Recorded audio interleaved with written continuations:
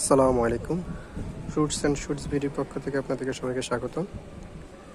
আলহামদুলিল্লাহ, এটা আমার দ্বিতীয় ফলন। শুধু এই কয়েকটা না, মাশাআল্লাহ আরও অনেকগুলো গাছে আছে। এটা পাকা শুরু করছে আলহামদুলিল্লাহ।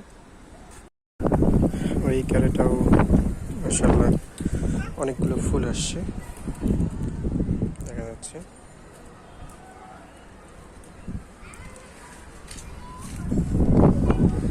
এই গাছটা থেকে এখানের লাল ড্রাগনটা, গোলাপি ড্রাগন, এই ড্রাগনটা পাড়া।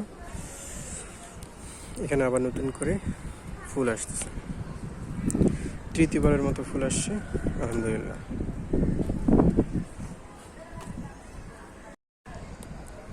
আলহামদুলিল্লাহ, ড্রাগনের এত ফুল এবং তৃতীয়বারের মতো ফল পাওয়ার জন্য আমি কি করেছিলাম, ড্রাগনের পরিচর্যা কীভাবে করেছিলাম এবং প্রতিবারই ফল তোলার পরে ক্যারেটে আমি কি সার দিয়েছিলাম, এগুলো বলার জন্য আজকে ভিডিওটা করা। দিলে প্রতিবারই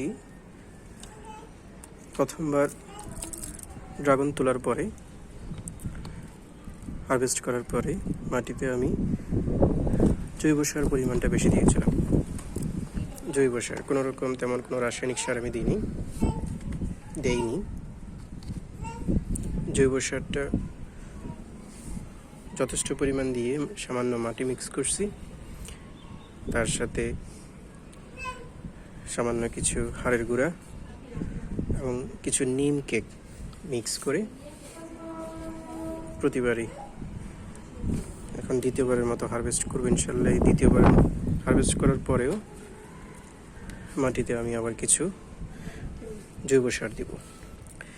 এছাড়াও আমার প্রতিদিনের বাসার তরকারি পচা, যেখানে ছোকলা দেখতে পাচ্ছেন শুকিয়ে মাটির সাথে মিশে যাচ্ছে, প্রতিনিয়ত আমি এগুলোও ব্যবহার করছি।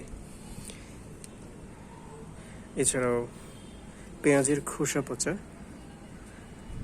আলাদা করে আমি একটা বোতলে রেখে দিয়েছি।